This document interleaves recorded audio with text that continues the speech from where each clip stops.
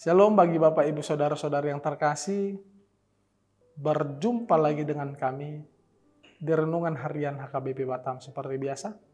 Sebelum kita melakukan aktivitas kita pada pagi hari ini, ada baiknya kita terlebih dahulu mendengarkan firman Tuhan agar firman Tuhanlah yang menjadi tuntunan bagi kita untuk melakukan aktivitas kita, pekerjaan kita pada hari ini. Sebelum kita mendengarkan firman Tuhan, kita bernyanyi.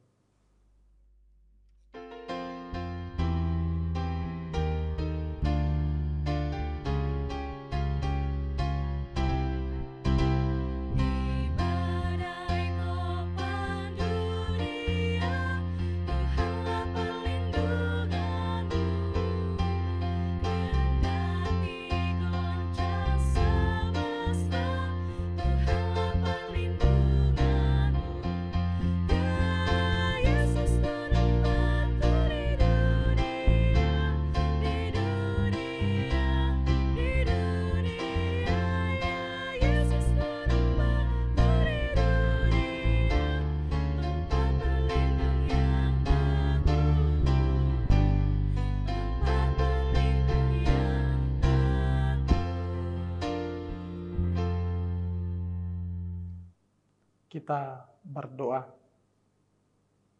Kasih karunia dan damai sejahtera dari Allah Bapa dan dari Tuhan Yesus Kristus, itulah yang memelihara hati dan pikiranmu.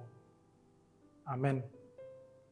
Bapak, Ibu, Saudara-saudara yang terkasih, pada pagi hari ini firman Tuhan yang menyapa kita diambil dari Injil Matius, pasalnya yang ke-7, ayatnya yang ke-25. Matius 7 ayatnya yang ke-25.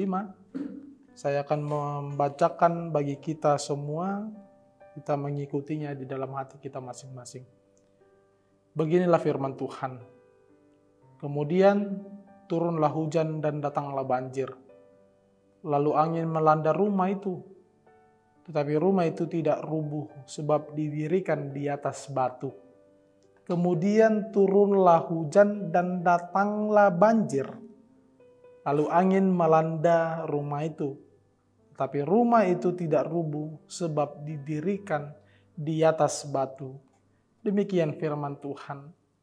Bapak, Ibu, Saudara-saudari yang terkasih dalam nama Tuhan kita Yesus Kristus, apabila kita membangun sebuah rumah atau membangun sebuah bangunan, yang pertama sekali yang diperhitungkan atau yang pertama sekali yang dirancang seseorang tukang atau arsitek adalah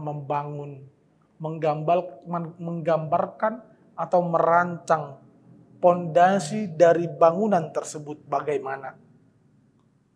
Jika gambaran atau jika rancangan tidak benar dalam perhitungan setiap bangunan, mau sebagus apapun atau mau secantik apapun bangunan tersebut, pasti akan roboh, pasti akan mengalami kerusakan. Karena apa? Karena pondasi yang dibangun tidak kokoh. Karena pondasi yang dibangun tersebut tidak sesuai dengan bangunannya. Ketika datang badai, datang angin kencang atau datang gempa, bisa jadi bangunan tersebut seketika langsung rusak. Karena apa? Karena pondasinya tidak kokoh. Jadi inti dari sebuah bangunan itu sesungguhnya bukan apa yang terdapat di dalamnya, bagaimana isinya, tetapi bagaimana pondasi bangunan tersebut. Demikian jugalah kehidupan orang Kristen. Kehidupan orang Kristen bisa diibaratkan sebagai sebuah bangunan.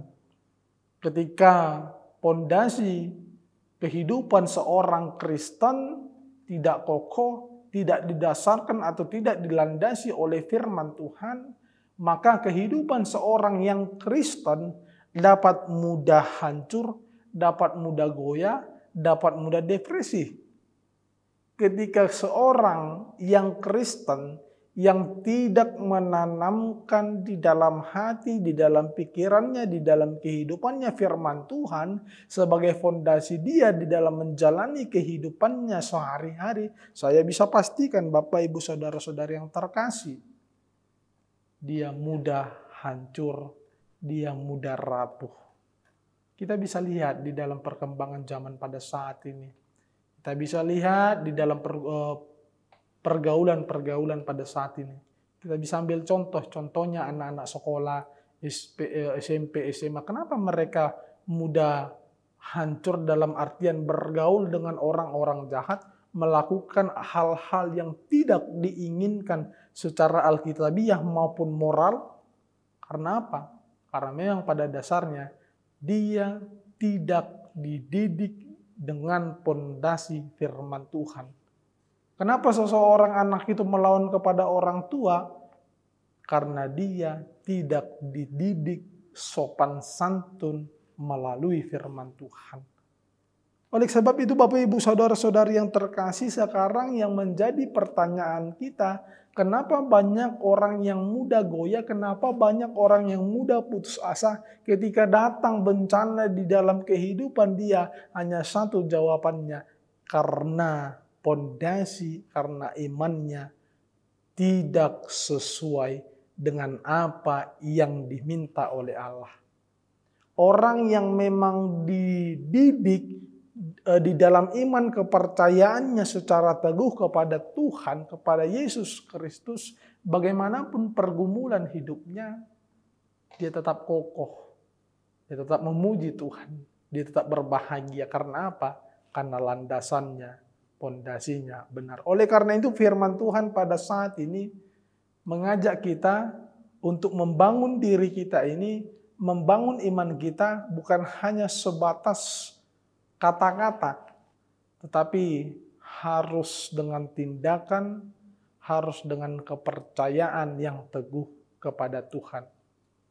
Mungkin Bapak, Ibu, Saudara-saudari yang terkasih, kita akan bertanya-tanya ketika pergumulan begitu berat, diperhadapkan dengan iman kita menunggu dan menunggu pertolongan Tuhan. Tapi saya ingin mau katakan kepada kita, Bapak, Ibu, Saudara-saudari yang terkasih, tidak ada manusia yang terlepas dari pergumulan hidup. Dan pergumulan hidup tersebutlah yang dapat mendidik kita menjadi orang yang lebih percaya lagi kepada Tuhan. Oleh karena itu, bangun dirimu dengan firman Tuhan, selalu membaca firman Tuhan, dan jangan hanya membaca, tetapi melakukannya di dalam kehidupanmu. Itulah pondasi daripada setiap kehidupan orang Kristen. Demikian firman Tuhan. Kita berdoa. Pada saat ini Tuhan, kami kembali mengucapkan syukur kepadamu karena Engkau masih memberi kami kesempatan di pagi hari ini untuk menikmati setiap kebaikan-Mu, setiap perbuatan-Mu. Engkau masih memberi kami kesempatan untuk menikmati kehidupan di dunia ini. Kami disapa oleh firman-Mu Tuhan, yang mengingatkan kami untuk membangun diri kami melalui firman-Mu, membangun iman kami yang semakin kokoh melalui firman-Mu. Oleh karena itu Tuhan, kami tidak bisa mengandalkan akal dan pikiran kami. Kami tidak bisa mengandalkan diri kami di dalam membangun iman kami. Kami meminta kepadamu agar Engkaulah yang senantiasa bersemayam, berdiam di dalam hati dan pikiran kami, mengingatkan kami akan firman-Mu Tuhan, yang menjadi pondasi bagi kami untuk menjalani setiap pergumulan, setiap perjalanan kehidupan kami. Tuhan, sebentar kami akan melakukan setiap aktivitas dan pekerjaan kami di dalam satu hari ini. Oleh karena itu Tuhan, kami serahkan ke dalam tangan-Mu.